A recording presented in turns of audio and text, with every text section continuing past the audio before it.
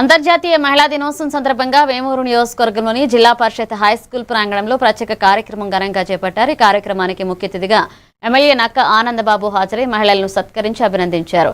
ఈ సందర్భంగా ఆయన మాట్లాడుతూ మహిళల సాధికారతే సమాజ అభివృద్ధికి పునాది అని పేర్కొన్నారు. మహిళలు, కుటుంబం, సమాజం, దేశ అభివృద్ధిలో కీలక పాత్ర పోషిస్తున్నారన్నారు.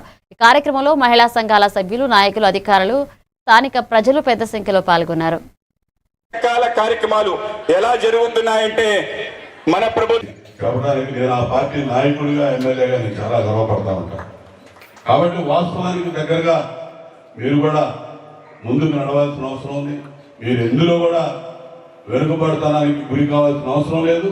అన్ని రంగాలు ఇవాళ ప్రపంచంలో ప్రతి రంగంలో మహిళ ముందుంది. ప్రపంచాన్ని పరిపాలించడంలో ముందుంది.